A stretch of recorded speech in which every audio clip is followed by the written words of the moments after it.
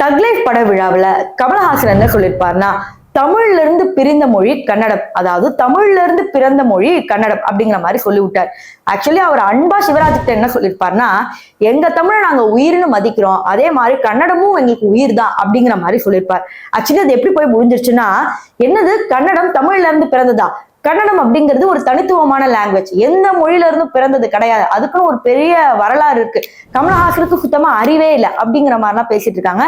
இன்னும் ஒரு சில பேர் எப்படி மிரட்டினாங்கன்னா, உங்க படம் வந்து இங்க வெளியிடவே முடியாது, படத்தையே பேன் பண்ணிடுவோம், அங்க இருக்கிற சினிமா இண்டஸ்ட்ரிக்கு நாங்க வந்து லெட்டர் எழுதிடுவோம் அப்படின்ற மாதிரி நிறைய சொன்னாங்க. வேற இன்னும் என்ன மிரட்டினாங்கன்னா, கமலஹாசன் இந்த இஷ்யூக்கு வந்து மன்னிப்பு கேட்கணும் எல்லாரும் முன்னாடி அப்படிங்கிற மாதிரிலாம் வந்து நிறைய மூத்த தலைவர்கள் கர்நாடகால இருந்து சொன்னாங்க.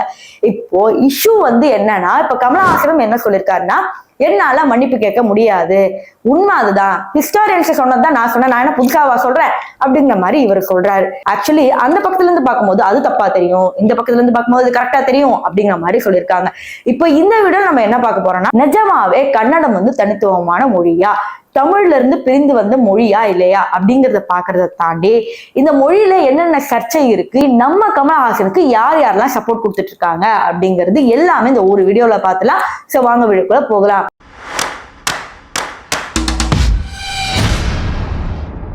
தக் லைஃப் பட விழாவில் இப்ப கன்னடம் வந்து தமிழ்ல இருந்து பிறந்தது அப்படிங்கிற மாதிரி சொல்லிட்டாங்க.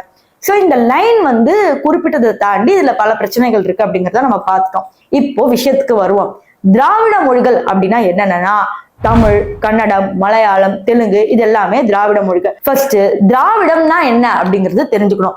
அதாவது சவுத் இந்தியன் லாங்குவேஜஸ் தான் திராவிடம் அப்படின்னு சமஸ்கிருதத்துல சொல்லுவாங்க. சமஸ்கிருதம்னா வேற ஒண்ணும் இல்ல, சான்ஸ்கிரிட்.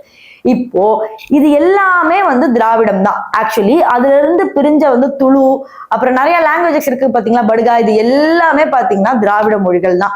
இப்போ கன்னடத்துக்கு வருவோம். கன்னடமை பொறுத்த வரைக்கும் கிட்டத்தட்ட 2000 வருஷம் பழமையான மொழி. ஆனா தமிழ் பாத்தீங்கன்னா கிட்டத்தட்ட 5000 வருஷத்துக்கும் மேல, கிட்டத்தட்ட 10,000 years பேக்னு சொல்றாங்க. இன்னும் பின்னாடி தேடிட்டே இருக்கும், போயிட்டே இருப்பாது.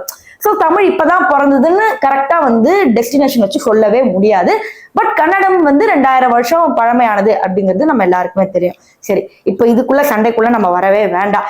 இப்போ கன்னடம் தமிழ்ல இருந்து பிறந்ததா அப்படிங்கறத ஒரு பிக்கஸ்ட் டவுட். சரி, அதை வந்து நம்ம கிளாரிஃபை பண்ணிடலாம். இப்போ தமிழ் பிறந்த பிறகு தமிழ்ல இருந்து மற்ற மொழிகள் வந்து பிரிய ஆரம்பிச்சது. ஃபர்ஸ்ட் லாங்குவேஜ் நம்ம பார்க்கும்போது தமிழ், அடுத்து சமஸ்கிருதம், இது ரெண்டும் கலந்த மொழிகள் தான் வேற வேற மாதிரி பிரிய ஆரம்பிச்சது. இப்ப தமிழ் ரொம்ப க்ளோசஸ்ட் லாங்குவேஜ் நீங்க என்ன சொல்வீங்க, மலையாளம். அதுல தமிழ் 80% இருக்கும், கொஞ்சம் சமஸ்கிருதம் வந்து 20% இருக்கும். அடுத்து நீங்க தெலுங்கு எடுத்துக்கிட்டீங்கன்னா தமிழ் வந்து 30% இருக்கும், சமஸ்கிருதம் 80% இருக்கும். அப்படியே கொஞ்சம் முன்னாடி போய் நீங்க கன்னடத்துல போய் ஸ்டாப் பண்ணீங்கன்னா அப்படியே தமிழ் 20% இருக்கும், சமஸ்கிருதம் வந்து ஒரு 50-60% இருக்கும். சோ பாத்தீங்கன்னா சமஸ்கிருதமும் தமிழும் ரெண்டுமே கலந்து சேர்ந்த மொழிகள் தான் வந்து மாறி மாறி போய் இப்படி மாறி இருக்கு. சோ அந்த கன்னடத்துல இருந்து துளு, படுகா அப்படின்னு அதுக்கு தானா வந்து பிரிய ஆரம்பிச்சிருச்சு.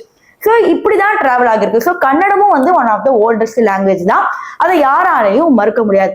ஆனா தமிழ்ல இருந்து தான் கன்னடம் பிறந்திருக்கு அப்படின்னு சொல்றதும் உண்மைதான். ஆனா கமலஹாசன் எப்படி சொல்லியிருக்கணும்னா, தமிழும் சமஸ்கிருதமும் சேர்ந்த மொழிதான் கன்னடா அப்படின்னு சொல்லியிருந்தாங்கன்னா இவ்வளவு பிரச்சனையே இருந்திருக்காரு.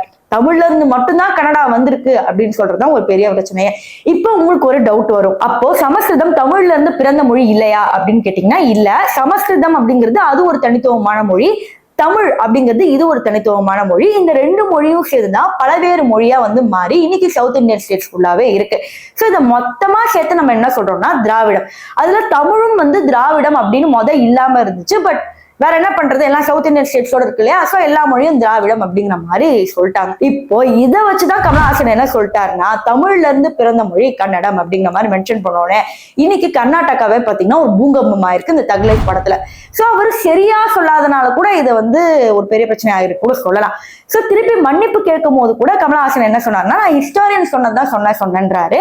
பட் அவர் பண்ண சிறிய தவறு சமஸ்கிருதமும் சேர்ந்த மொழி அப்படின்னு சொல்லாம தவறிட்டாரு அப்படிங்கிறது தான் வந்து ஒரு உண்மையான செய்தி. ஆனா இந்த பக்கம் கர்நாடகால இருக்கிறவங்க, அதுவும் மூத்த தலைவர்கள் என்ன சொல்றாங்கன்னா, கன்னடம் வந்து தனித்துவமான மொழி, அதாவது தமிழ் சமஸ்கிருதம் மாதிரி இதுவும் ஒரு தனியா பிறந்த மொழி அப்படிங்கிற மாதிரி சொல்றாங்க. பட் அது உண்மை கிடையாது அப்படிங்கிறது இந்த வீடியோல தெரிவிச்சுக்கிறேன். இதெல்லாம் ஒரு பக்கம் இருக்கும்போது கமலஹாசனுக்கு யார் யாரெல்லாம் வந்து சப்போர்ட் வரா அப்படிங்கறது நம்ம தெரிஞ்சுக்கணும் இல்லையா.